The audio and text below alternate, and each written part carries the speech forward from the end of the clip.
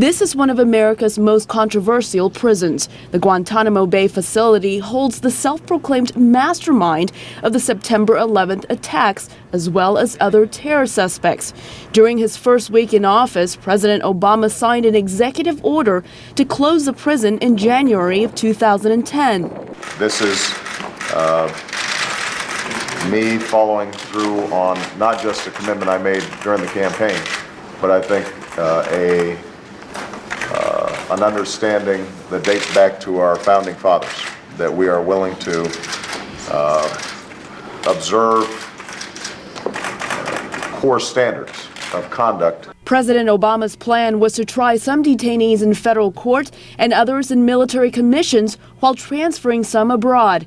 But at a Senate hearing, Defense Department lawyer Jay Johnson described one group of prisoners that will remain behind bars. There will be, at the end of this review, a category of people that we in the administration believe must be retained for reasons of public safety and national security. And they're not necessarily people that will prosecute. Johnson also said any detainee, even if acquitted, could be held indefinitely. We've gone through our periodic review, and we've made the assessment the person's security threat should not be released.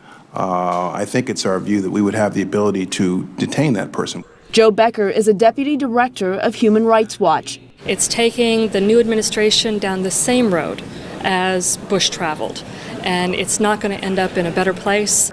The international community criticized President Bush for holding terror suspects without trial. Some said it weakened U.S. credibility. President Obama himself has said the U.S. must hold true to the Constitution and American values. He also said the administration would work with Congress and the courts to come up with a plan for indefinite detention. We will safeguard what we must to protect the American people, but we will also ensure the accountability and oversight that is the hallmark of our constitutional system.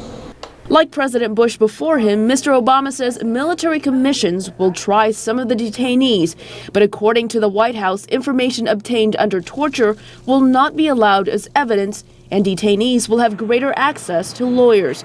Human Rights Watch says military trials are still unacceptable.